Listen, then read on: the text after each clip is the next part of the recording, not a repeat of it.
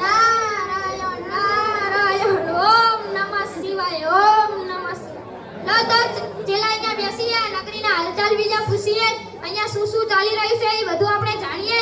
અત્યારે અહીંયા બેસીએ. જી ગુરુજી.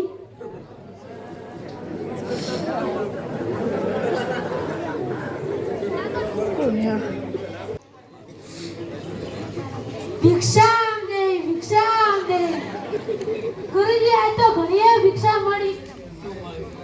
તો આને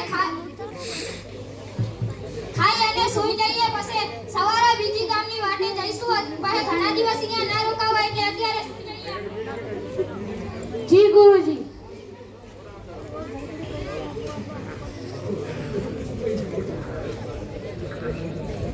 અત્યારે સૂઈ જઈએ ચેલા. જી ગુરુજી.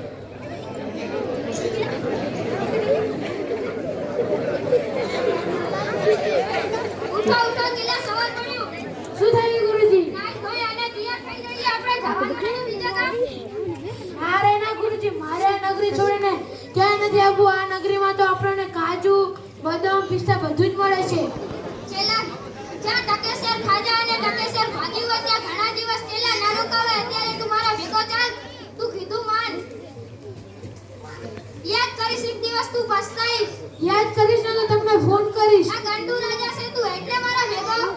ના, મારે નથી આવવું ગુરુજી, તમે જાઓ. તો સારું, હું તો ચાલ્યો. નારાયણ નારાયણ ઓમ નમઃ શિવાય.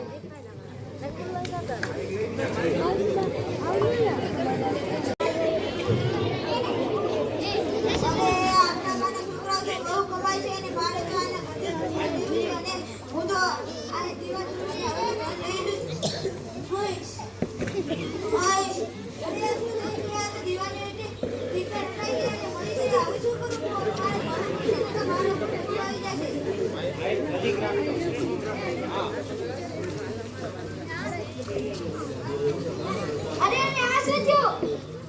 રાતે મારી ઘરે ચોર આયા અને મારું બધું ધન બન લૂંટીને જતા રહ્યા અને દિવાલ પાણીથી મારા ચાર દીકરા દટાઈને મરી ગયા. મારે રાજાને ફરિયાદ કરવી પડશે.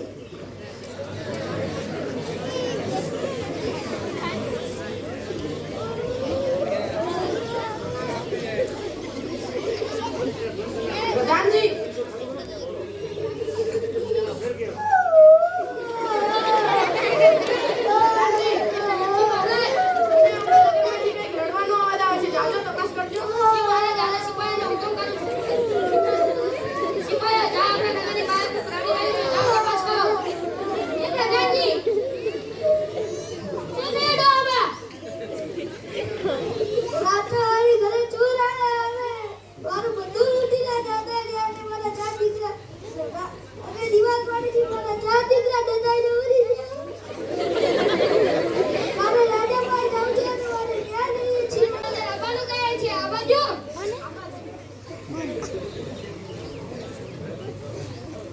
પ્રધાનજી, આ તો આપણા આમસોબા નથી. હા, કેમ રડે છે? એમની ઘરે રાતે ચોર આયા અને ચોરે ચોરી કરતી વખતે તેમના દીકરા ઉપર દિવાલ પડી અને તેમના ચાર દીકરા મરી ગયા. કેમ વાત છે? હા, હવે શું કરવાનું? એમ કરો, તેમની દિવાલ કોણે ચણી હતી તે પૂછો. અમથાબા, તમારું ઘર કોણે બનાવ્યું હતું? બનાવ્યું પ્રધાનજી, જી મહારાજ. હીરા કડિયાને આપણા દરબારમાં હાજર કરો. જી મહારાજ, હાલે સિપાહીઓને હુકમ કરું છું. સિપાહીઓ જા આપણા નગરમાં જા હોય ત્યાંથી ચિરાગ કડિયાને શોધી લાવો. જી પ્રધાનજી.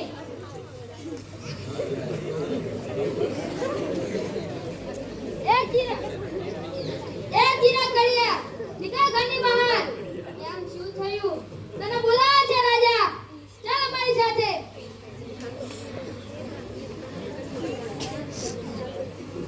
મહારાજની જય હો, મહારાજની જય હો. મહારાજ, મારું શું ગુનું? વાક ગુનાની વાત નથી, પણ તે અમથાબાનું ઘર કેવું બનાવ્યું હતું? તેમની ઘરે રાત્રે ચોર આયા અને ચોરે દિવાલ પાડીને તેમના ચારે ચાર દીકરા મરી ગયા. ઘરનું કામ તો અમને સોંપ્યું હતું, પણ હું તો કડિયાવાનો કોન્ટ્રાક્ટર છું. જ્યારે તે તો પેલા સિદ્ધાર્થ કડિયાને કામ સોંપ્યું હતું. એમ વાત છે? હા મહારાજ. પ્રધાનજી, જી મહારાજ. સિદ્ધરાજ કડિયાને આપણા દરબારમાં હાજર કરો. જી મહારાજ, હાલે સિપાહીઓને હુકમ કરું છું. સિપાહીઓ જા આપણા નગરમાં જા હોય ત્યાંથી સિદ્ધાર્થ કડિયાને શોધી લાવો. જી પ્રધાનજી.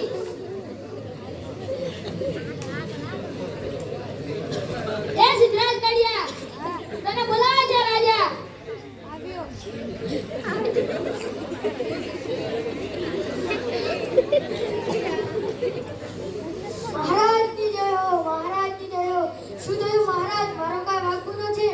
ગુનાની વાત નથી, પણ તે અમથાબાનું ઘર કેવું બનાવ્યું હતું? તેમની ઘરે રાત્રે ચોર આયા અને ચોરે દીવાલ પાડીને તેમના 4 દીકરા મરી ગયા. મને એવું લાગે છે કે શક્તિ થોડું પાણી માલમાં વધારે નામ્યું હશે. કેમ વાત છે? હા. પ્રધાનજી, જી મહારાજ. સત્યાને આપણા દરબારમાં હાજર કરો.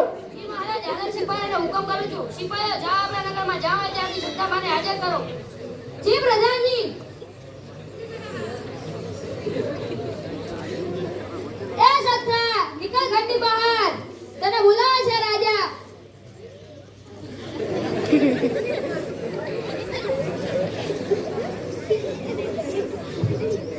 મહારાજ કી જય હો, મહારાજ કી જય હો. મારો શું વાંક ગુનો મહારાજ? વાઘ ગુનાની વાત નથી, પણ અમથાબાનું ઘર બનતું હતું ત્યારે તે માલમાં પાણી વધારે નાખ્યું હતું.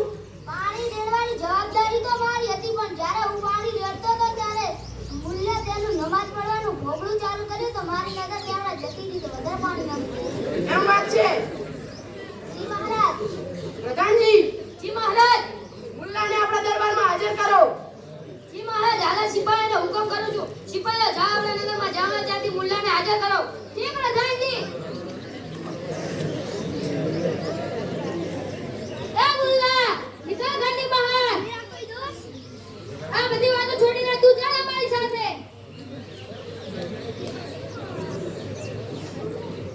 અલ્લાહુ અકબર, અલ્લાહુ અકબર. મેરા કોઈ ગુના, મેરા કોઈ દોસ્ત? વાઘની વાત નથી, પણ તે સપ્તોબા કામ કરતા હતા ત્યારે તે તારે નમાજનું ઘૂંઘરું ચાલુ કરવાનું હતું. वो तो हमारा कार्य है, हम दिन में 3 बार नमाज अदा करते हैं। અમે પણ હિન્દુ છીએ, અમે પણ દિવસમાં ભગવાનને યાદ કરીએ છીએ. તને ફાંસીના માચડે ચડાવવાનો. रहम करिए महाराज, मुझ पे रहम करिए। જાઓ, પ્રધાનને લઈ જાઓ. જી મહારાજ, સિપાહીઓને હાલ જ હુકમ કરું છું. સિપાહીઓ જાઓ અને ફાંસીના માંચડે ચડાવી દો. જી પ્રધાનજી.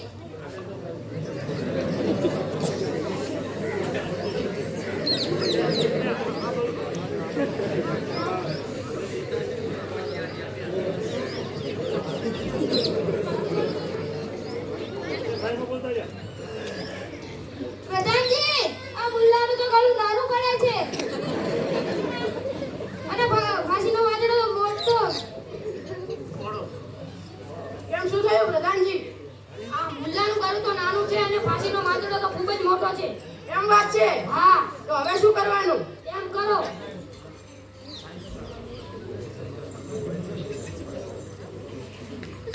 આપણા નગરમાં જાડો માણસ હોય તેને બોલાવી લાવો.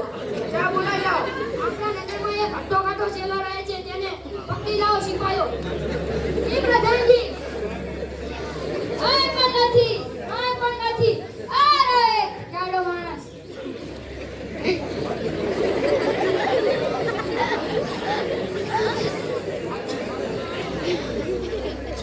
શું થયું પ્રધાનજી?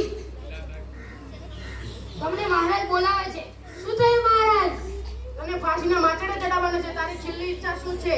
મારા ગુરુજીને મળવાને તમે મને 2 દિવસનો સમય આપો. ત્યાં તારા ગુરુજીને મળી લઈશ. હેલો.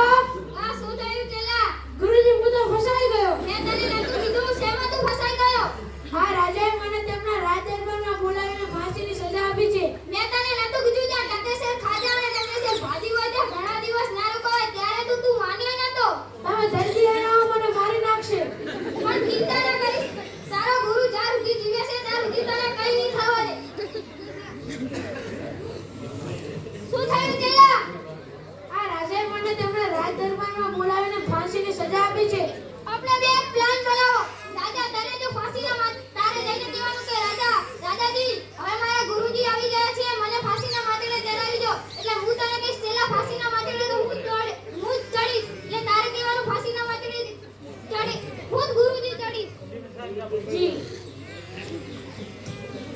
મહારાજ, હવે મારા ગુરુજી આવી ગયા છે. હવે તમે ફાંસીના માથે મને ચડાવી દો. જાઓ, પ્રધાનને લઈ જાઓ. ફાંસીના માથે તો ચેલા હું જ ચડીશ. ના ના ગુરુજી, હું ચડીશ. તારા કેમ ચડે છે? પેલા હું જ ચડીશ. એ તો કહે છે કે આજકાલ જે માણસ મળી રહ્યું છે તેને સ્વર્ગમાંથી વિમાન લેવા આવે છે. એમ વાત છે? હા. તો ફાંસીના માચડે તો હું જ